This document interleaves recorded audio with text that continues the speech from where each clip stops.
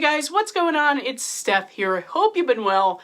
I know I have, and it's time for another metal detecting, relic hunting adventure. This week's episode brings me back to an early colonial site deep in the woods. And on this particular day, I began at a late 1700s site and then moved over to a 1600s to early 1700s site where things really started to heat up. Truly, some of the earliest colonial relics and coins that I could have asked for have come from this site, and I'm really excited to share this week's video with you today. So let's not waste any more time in the intro and hop in. And this is how we begin. First good signal of the day. We'll take a look together.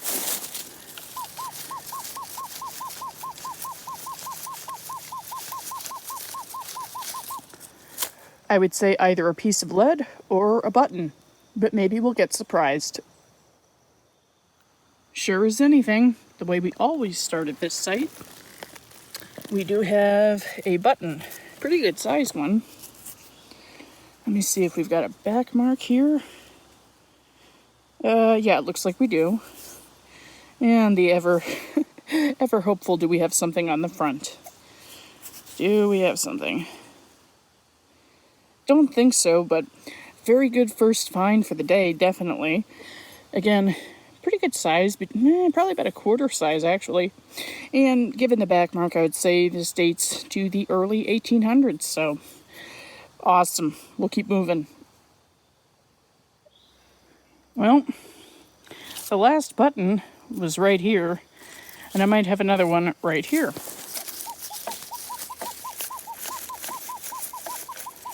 Sorry for the glare. I'm going to turn the brightness down on my screen so hopefully you guys can see it a bit better. But I'm assuming that is another button. We'll see. And sure as anything, right there, about 6 inches down, wasn't as deep as the depth indicator was telling me. Let us see here. See if it's around the same age if it's the other one or not. Oh, it's got thread in it. How cool is that? That is so cool. That is so cool to me. Plain front, but anytime I find an 18th century button, which I think this is, I don't see a back mark, so usually that means 18th century, 1700s. Anytime I find a button that still has the cloth in there, I try to preserve that and make sure that it stays in there for another couple hundred years. I just think that is so cool. Gotta love it. All right, I'm getting pretty excited because I am starting to think that maybe a whole garment was here and just disintegrated, leaving the buttons behind with the thread through them, because copper actually has antimicrobial properties. So sometimes, you'll see leather rivets with the leather still intact, and same, with copper and brass buttons. Sometimes it will keep the thread that's through the shank intact. So the first button, I did have some thread in there. I didn't film it because I knocked it right out. Second button,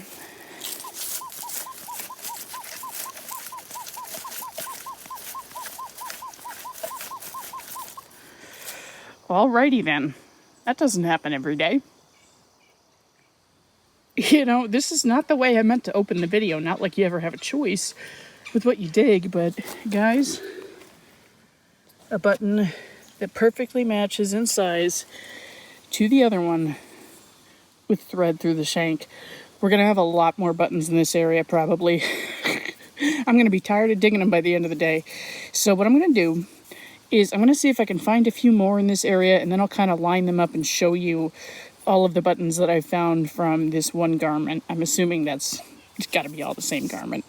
Yeah, just because I feel like if I show you every signal for every button, we're going to be here all day just digging up this one garment. And as much as I love buttons, I do want to get to the other relics. So let me see what else I can find. If we jump to something else that's not a button, you'll know that this was the last piece of it. The last piece of the garment, anyway. But so cool. So cool. Yeah, so maybe I will keep filming just everything, because I don't want to miss out on sharing a button spill with you, if you will. Not to mention, this signal is ringing up higher and a bit more consistent than the others, so we'll take a look. Could be something totally different.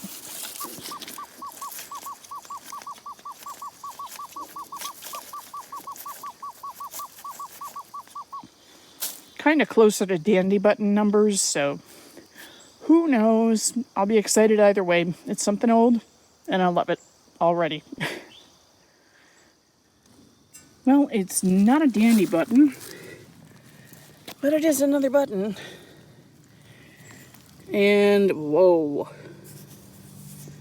I mean, I think it's a button. Yeah.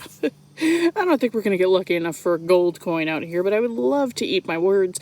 No shank on this one, and it's got a different back mark than that first button I dug. So, wow, the condition of that. Let me spray this off and come back. That is beautiful already. Man, I fully expected to be able to just spray off all of the dirt, but this might be pine sap. So that's going to take some work at home with lemon juice. But I can tell you right off the bat, because there's no flaking whatsoever on the edge of this button. I almost called it a coin just now. This is going to be so well preserved. I mean, God, I hope there's something on the front. That would be awesome. But even if there isn't, just to give you an idea of what all of these little flat buttons used to look like, a lot of them were gilded or had a silver wash on it to just really make a statement. So, wow. That's going to be probably the heaviest gilding I have ever seen remain on any of my buttons anyway. So let's see, and the back mark is a little on the later side. It's Scoville, so this could be all the way up to the mid 1800s, and I think this family occupied this place right up until around that time, at least from what I found here. So really, actually very exciting find. I can't wait to clean this up, and we'll keep moving. I also can't wait to see what else the day has in store. This place always gives up incredible relics, and we're just getting started. Okay, between these two boulders, I have a pretty good signal.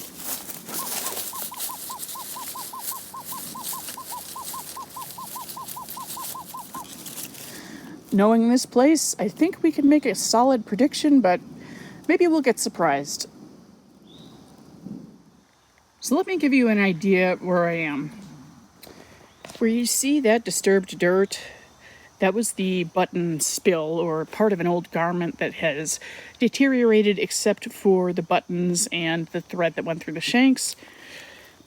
I just got another one over here.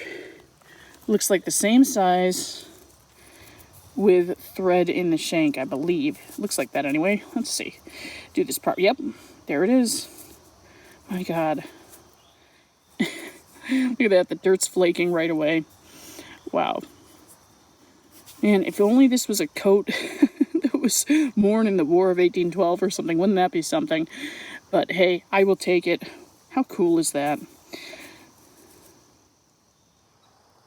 Well, I got a huge iron signal on the Manticore. Decided to go for it because you just never know. And it's actually a pretty nice relic. I mean, it was like an inch or two in the ground. I thought it was a rock at first. But this is a very, very old farming hoe. And I had at first thought that I chipped that with my shovel, which thankfully I did not. It's almost all the way there. To me, that's pretty cool. I may actually restore that, so I'm definitely going to keep it. Normally with really big iron, I'll just leave it somewhere, maybe on a rock or something, for somebody else to find and enjoy. Maybe someone who doesn't metal detect and thinks that old stuff is cool. I hope those people trip across things like that. But this, I think, is coming home with me. Very cool little farming implement from 200 plus years ago. I will absolutely keep that. I have a really good signal right here. This is either going to be a dandy button, a coin, or something even larger. I don't know.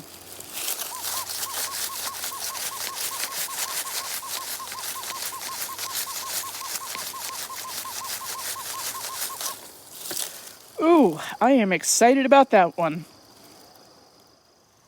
Not exactly what I was expecting, but I won't complain. yet another button. Pretty large, kind of looks like the first one I dug out here today. So it could very well be a match. And we have nothing on the front. It's nice and thick, so I think that's why it was ringing up kind of like a coin.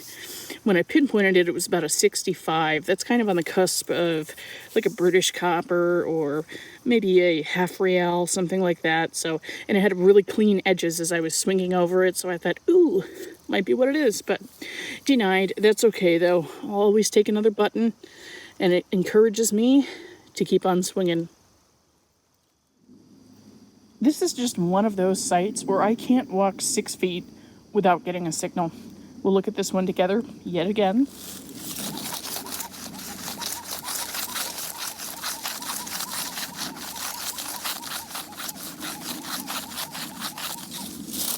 Nice and deep, good consistent target. You know we're gonna dig that.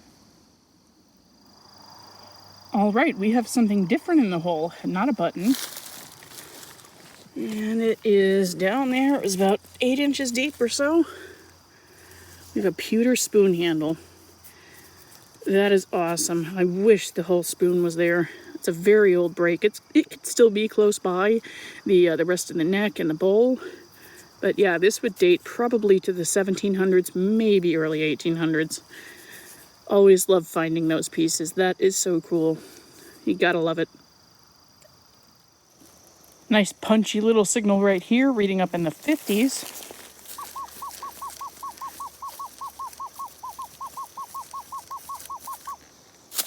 Alrighty then. Definitely worth digging up. Okay, more roundness in the hole. Where'd I put it? I just thought out straight up and down there. And of course we have another button. Once again, I hope you guys like these. Otherwise, well, I guess you wouldn't be watching if you didn't. And yeah, you know what? I think that is just corrosion, unfortunately. I thought it had a pattern at first, but negative. We still love it all the same, though. Right on. I love when stuff like this happens. So I was chasing kind of a crummy signal. It did end up being iron. Okay, so we have what appears to be a little horse tack buckle. At least I'm assuming that's what it is. Kind of an interesting shape to it. But I'll put that aside. As soon as I cracked the ground open, I saw this staring back at me. That is so cool. That's part of a clay pipe. That is just awesome. I love finding clay pipe pieces. So given the age of this site, I have moved on to an early settler site. It's really hard to work because this is where it used to be, and now that is mowed down so that the property owners can go hunting. So it's kind of tough digging in here, but that is such a cool find. These were popular from like the 1600s into the early to mid 1800s. This one, there is an equation to figure out exactly how old they are based on the size of the hole, but we will just take that as is. We'll assume safely probably 1700s is what I'm going to go with. So that is so cool. Really happy to add it to the collection of non-metallic finds. Awesome. Well, I am very, very excited about this piece. It's not going to look like much to you, but for starters, I should elaborate on why I said it's difficult to swing, and well, not swing, but difficult to dig in this area, because it's just so hard packed from the property owners just driving their four-wheelers and such over it, and their trucks and stuff, so that they can hunt. And it's also been pretty dry lately, so even though the swinging is easy, the digging is not. And I'm trying to make the ground look nice and pretty. I don't want to upset my permission owners. So anyway, this rang up in the teens, and we have a Native American hair tube. That is incredible. I know it doesn't look like anything to you guys, but this is rolled up kettle brass. And in the 1600s up through maybe the mid 1700s in this area of New England, the Europeans, the early settlers here, traded their kettles, iron, lead, anything they could with the Native Americans in order to get beaver pelts that they could then sell in Europe. And that's actually what began capitalism in the United States. Fun fact. So this little piece has so much history to it, even though it's in really rough shape. I mean, there's no denying what it is. That is just incredible to me. I really hope there are some kettle points around here too. That would be even more exciting, but even if this is all we find for the native stuff today, I'm more than pleased with that. So happy. That is just an amazing piece of history in my hands, found with a metal detector. Incredible. Alright, I was not going to do a cut in here, but it seems that it's something I probably need to do. I will keep it very short. At least I'll try. Now, when I'm finding a random looking piece of scrap brass that I am able to identify as a fur trade relic, you need to understand the context in which I am metal detecting, which is a huge, important piece of the puzzle when identifying your finds. This site is at minimum 300 to 350 years old. The oldest item I found very close to that bead was a Latin spoon from the mid-1600s. And that's around the time the fur trade era was actually fairly active in my part of New England. Not to mention, I have studied the fur trade extensively, and I really wish that we had more of those sites out here, but we do have pieces that show up from time to time, and this is one of those. And I also wanted to jump in and say I slightly misidentified that bead because when I brought it home, let it dry out for a few days so that the dirt would fall out of it, boy was I surprised to see this. Yeah, that is some fibrous material that is inside of the bead, and I don't think it's hair. I think that's actually some type of thread or sinew, something along those lines. And these certainly were not just exclusive to hair. They could have been worn around the neck, a number of other ways. But I just had to point that out, and I really, again, had to stress that context means so much when identifying these pieces. You have to think about where you are, how old the site is, and of course, the probability of finding things like that. And now, let's end this episode with a bang. So I just stood up from where I found that bead, and now I have a really excellent signal. Take a look.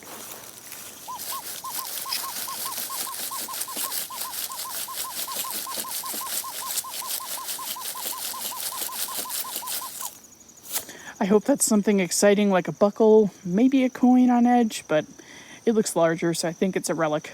Maybe I'm wrong, maybe I'm right. There's only one way to find out, and I couldn't be more excited.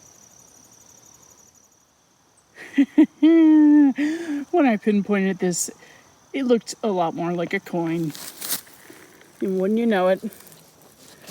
Ooh, at least I think so. Oh yeah. What have we got here? Can't see really anything at first blush. That is a Woods Hibernia, I think, or oh my god, this is near where I found the Rosa Americana. Could it be? Could it be? Nope, it's a Hibernia. But wow, 2 of William Wood's coins. Not far apart at all. This is a really early area. Oh, this is my 9th Woods Hibernia. I've actually started keeping track because I find a really bizarre number of them in comparison to a lot of other people. So, you know, it looks so funny. I wonder if it's a counterfeit. I don't know. Let this dry out. It's so great. This is going to be 1723 or 1724. And 1722 varieties. The harp is over here. I can start to see it coming through here. And the date will be right there. I have only dug 1723s. So that'd be interesting if this is a 24. But let me let this dry out a bit and we'll come back. This is shaping up to be an excellent day. Well, The back is a bit worse for wear. You can kind of just see the harp right there. It seemed like the dirt was holding the details, and all I used was a soft toothbrush. But the front, that's actually really not bad at all. I barely did anything to it, and then I did put a little bit of body oil on the raised areas so that you can see them better. That is King George the First. Again, this is going to date somewhere between, for this style, 1723 to 1724. At least 300 years old. That is always an incredible find in my book. I might be able to clean up the back a bit when I get home, but I'm not going to focus too much on that because I think that's kind of just lost to time, unfortunately. The front, however, definitely the display side for this coin, and I could not be more pleased. I just love this. I love finding woods hibernias. I love finding hibernias of any variety, but these are just so special, and they are so, so old. That's fantastic. It truly makes my day.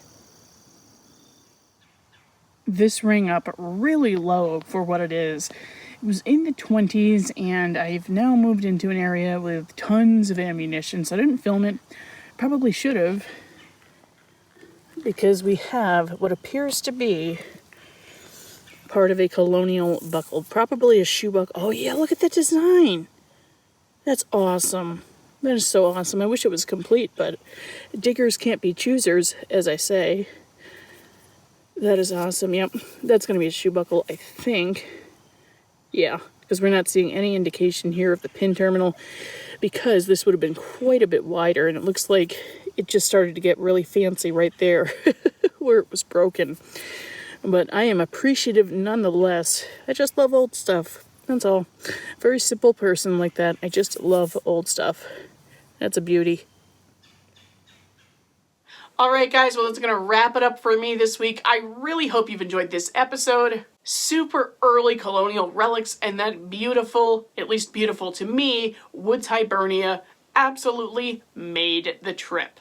Now if you have enjoyed this video, you've made it this far and you haven't already done so, please go ahead and hit that subscribe button and the notification bell so that you don't miss an upload from me in the future. Your viewership and your subscriptions just mean the world to me because it continues to help this channel grow and encourages me to keep making content for you.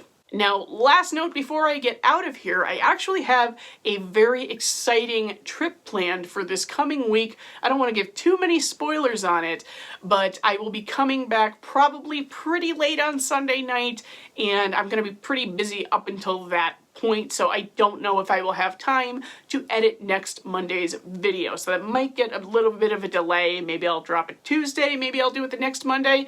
I don't know, but trust me when I say this trip for me is going to be worth it for you. Wish me luck.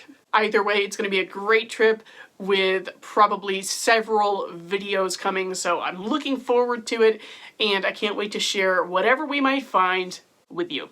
And with that, I'm going to get out of here, guys. Happy hunting, and we'll see you next time.